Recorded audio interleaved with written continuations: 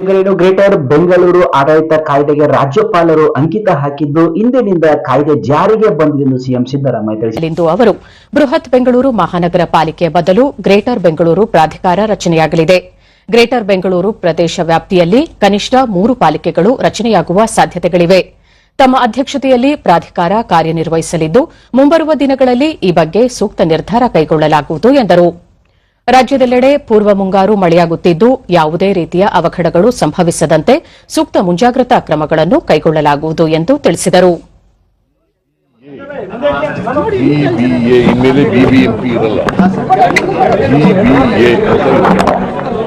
ಅದನ್ನ ಎರಡೂ ಸದನಗಳಲ್ಲಿ ಪಾಸ್ ಆಗಿದೆ. ರಾಜ್ಯಪಾಲರು ಅದಕ್ಕೆ ಅಂಕಿತ ಹಾಕಿದ್ದಾರೆ. ಸೊ ಅದು ಕಾನೂನು ಇವತ್ತಿನಿಂದ ಜಾರಿಗೆ ಬರ್ತದೆ. ಸೊ ಅದು ಇನ್ಮೇಲೆ ಬೆಂಗಳೂರು ಗ್ರೇಟರ್ ಬೆಂಗಳೂರಾಗಿ ಅಧ್ಯಕ್ಷನಾಗಿ ನಾವು ಇನ್ನೂ ಒಂದು ಮೀಟಿಂಗ್ ಮಾಡಿದ ಮೇಲೆ ವಕ್ಫ್ ತಿದ್ದುಪಡಿ ಮಸೂದೆ 2025ರ ಸಿಂಧುತ್ವ ಪ್ರಶ್ನಿಸಿ ಸಲ್ಲಿಸಲಾಗಿರುವ ಬೇಲ್ ಮನವಿ ಅರ್ಜಿಗಳ ಕುರಿತು ಮಧ್ಯಂತರ ಪರಿಹಾರ ಒದಗಿಸುವುದಕ್ಕೆ ಸಂಬಂಧಿಸಿದ ವಿಷಯವನ್ನು ಈ ತಿಂಗಳ 20ಕ್ಕೆ ಕೈಗೆತ್ತಿಕೊಳ್ಳಲಾಗುವುದು ಎಂದು ಸುಪ್ರೀಂ ಕೋರ್ಟ್ ತಿಳಿಸಿದೆ. ಟಿಪ್ಪಣಿಯನ್ನು ಇದೇ ತಿಂಗಳ ಮೇ 19ರಂದು ಸಲ್ಲಿಸುವಂತೆ ಮಸೂದೆ ಸಿಂಧುತ್ವ ಪ್ರಶ್ನಿಸಿರುವವರ ಪರವಾಗಿ ಹಾಜರಿರುವ ಹಿರಿಯ ವಕೀಲ ಕಪಿಲ್ ಸಿಬಲ್ ಮತ್ತು ಸರ್ಕಾರದ ಪರ ವಕೀಲ ಸಾಲಿಸಿಟರ್ ಜನರಲ್ ತುಷಾರ್ ಮೆಹ್ತಾ ಅವರಿಗೆ ನ್ಯಾಯಾಲಯ ಸೂಚಿಸಿದೆ.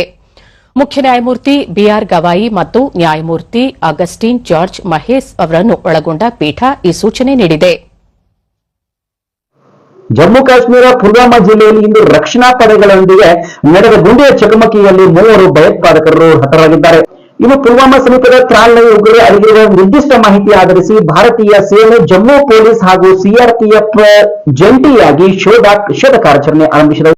ಅನುಮಾನಾಸ್ಪದ ಚಟುವಟಿಕೆಯನ್ನು ಗಮನಿಸಿದ ಭದ್ರತಾ ಪಡೆಗಳು ಕಾರ್ಯಾಚರಣೆ ಮುಂದುವರೆಸುತ್ತಿದ್ದಂತೆ ಭಯೋತ್ಪಾದಕರು ಗುಂಡು ಹಾರಿಸಿದ್ದಾರೆ.